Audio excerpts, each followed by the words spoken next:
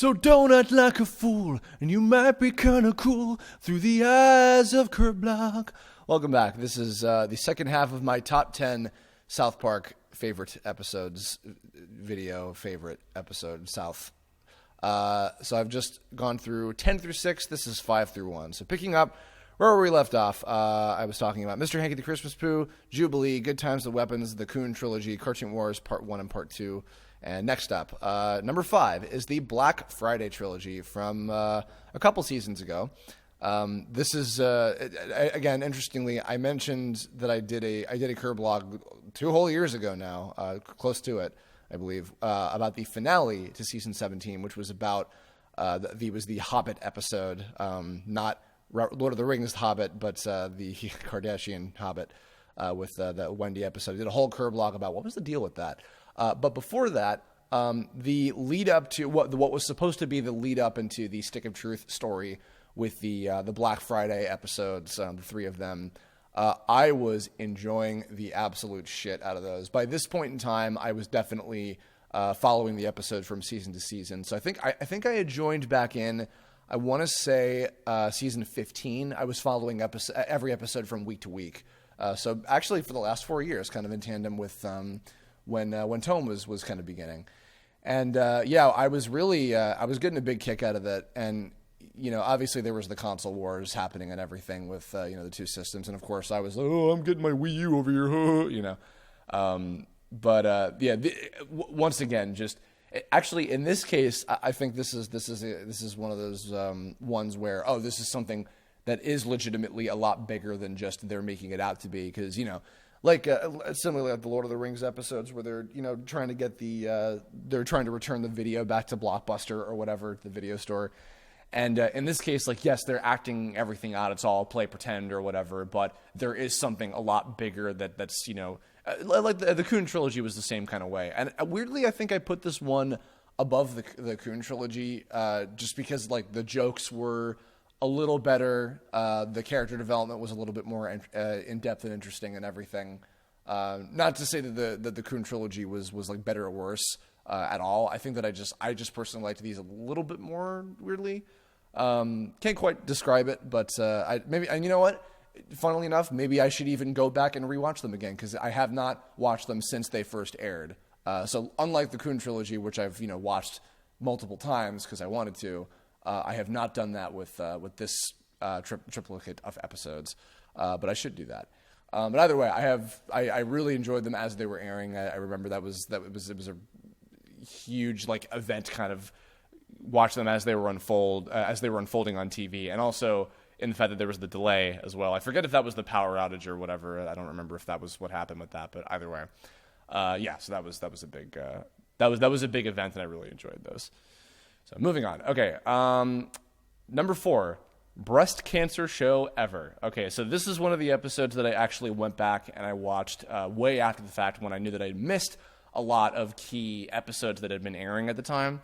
Again, I was seeing ones air every once in a while, just whenever I happened to catch them. But again, was not keeping up with it until season, what did I just even say? Season, whatever it was. 15 was airing. That was when I started like actually following the show from episode to episode each week as it was airing. But either way, this is one of the ones that I sought out and watched on my own time because it was a Wendy episode. I do think that I said this on the Hobbit Curblog that I did about the Hobbit South Park episode. Wendy is weirdly one of my favorite characters in the show. She doesn't like annoy me as like, boo, Wendy Testerberger, boo, or whatever.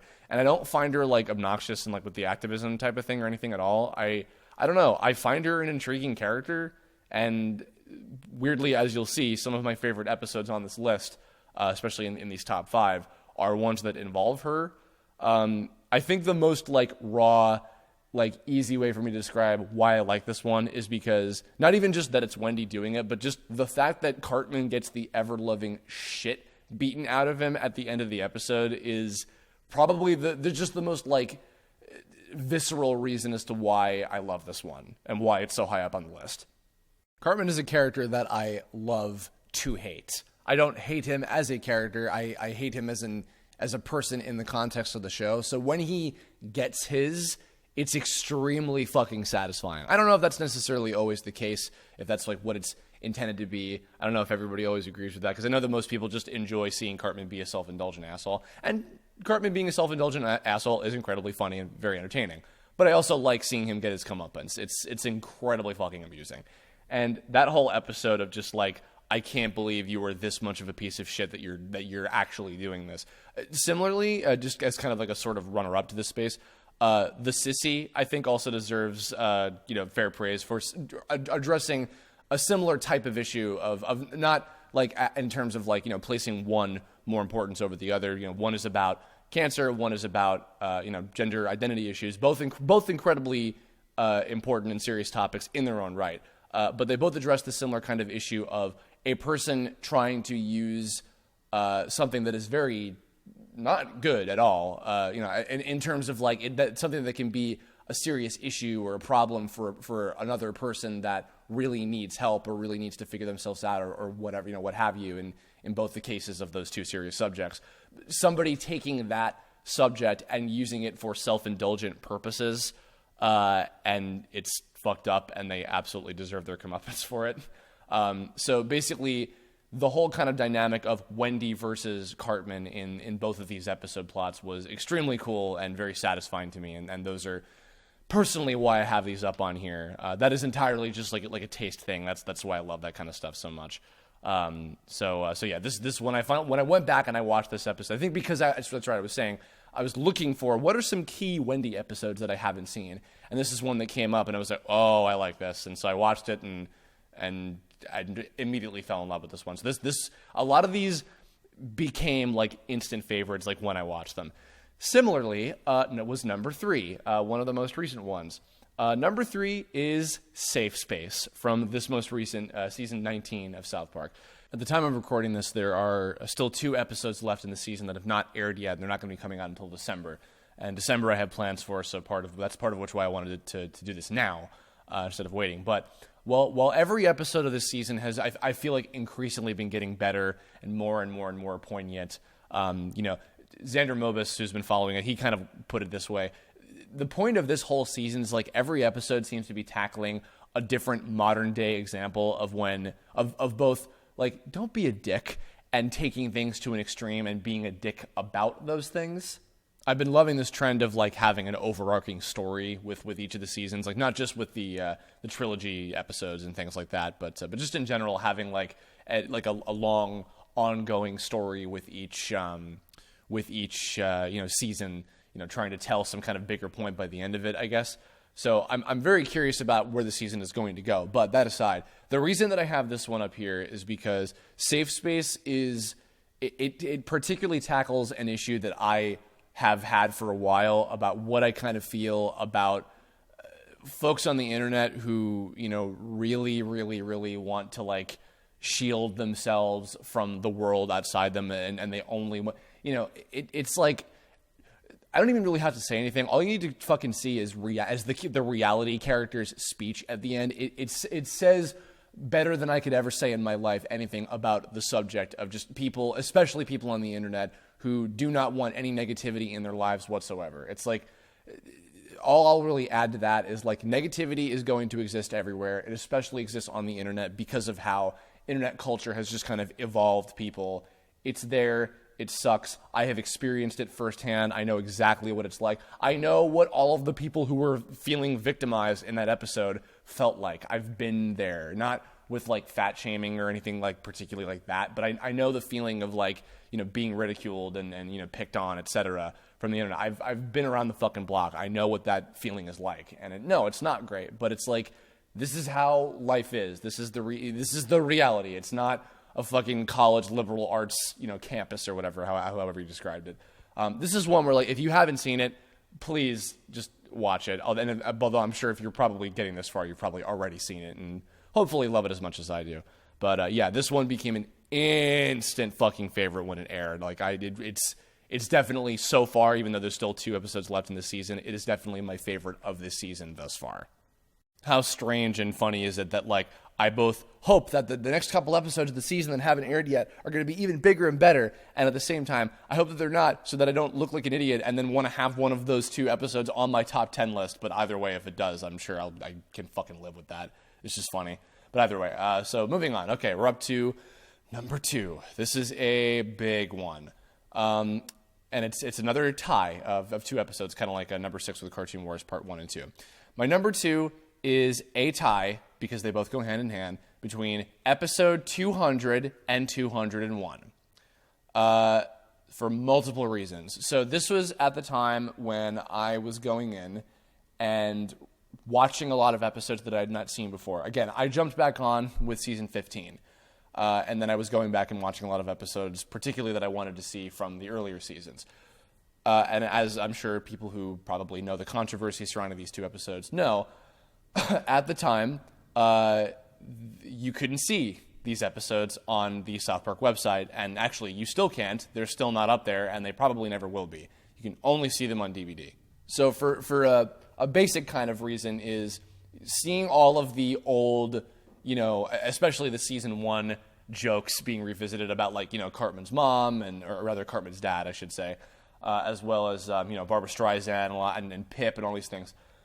Revisiting a lot of that stuff, from a fan's perspective was really, really fucking cool just to see that, But going further than that, when I later, of my own accord, did all the research that I had to catch up on in terms of what happened with the whole controversy with that took them to a whole new fucking level. And knowing that 201 in particular was censored, and, like, not by Matt and Trey, knowing that it was not some fucking in-joke or whatever. It was not like, oh, we're doing this on purpose or whatever, just to own the fact that this is happening or whatever, was incredibly fucking intriguing. And I remember when they did the Super Best Friends episode where they had the Prophet of the Muslim Faith as a character in it. I distinctly remember that episode because I had seen that in the early days.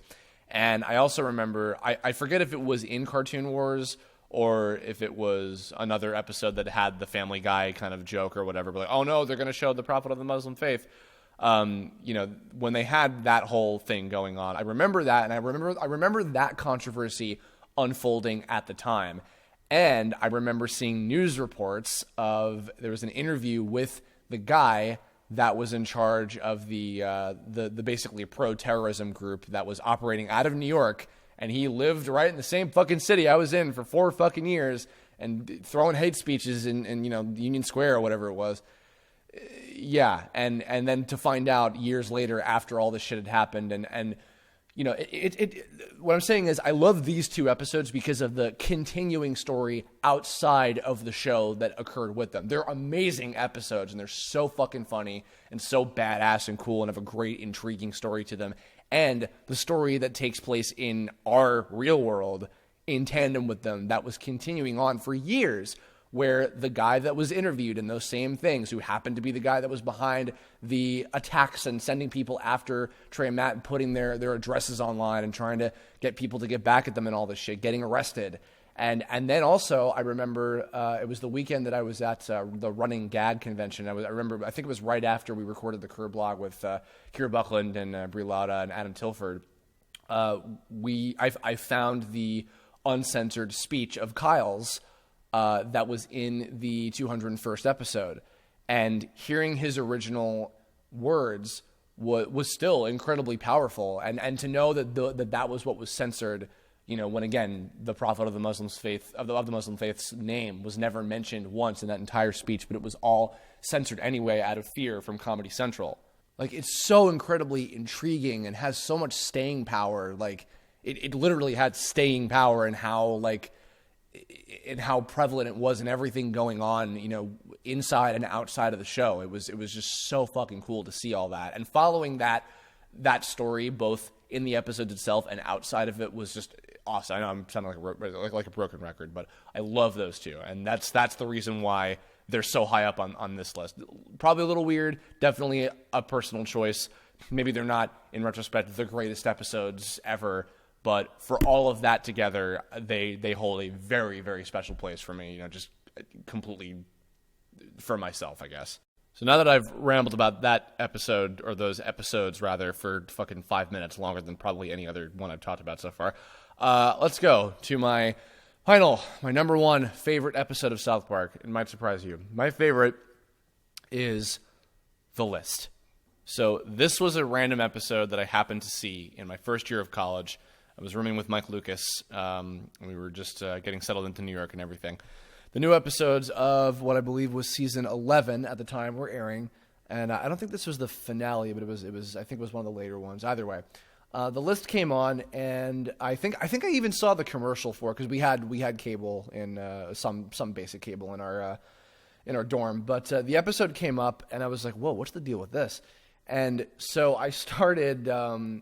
I watched it, and I was just immediately sucked into it. By that point, again, I had not fully gotten back into South Park and started catching up with episodes again by this point. This was way before that. But I did know that Wendy had broken up with Stan and she had dated like a few other characters by that point. I can't remember. I think she dated Token at some point and somebody else maybe. I forget exactly. But either way, I know that they were broken up. And in this episode, definitely I'll admit from the self-indulgent side, the shipping aspect of it was definitely like, oh, this is cute to see the two of them working together again. But the reason that I love this, the main reason that I love this episode so much and why it is my number one is I feel like personally this is like the perfect South Park episode because once again, like I was wording in the 10 through 6 video before this, it's taking a childlike, like stupid, whatever, immature concept, girls rating boys from ugliest to cutest, etc., and making it into like a whoa, like super big deal,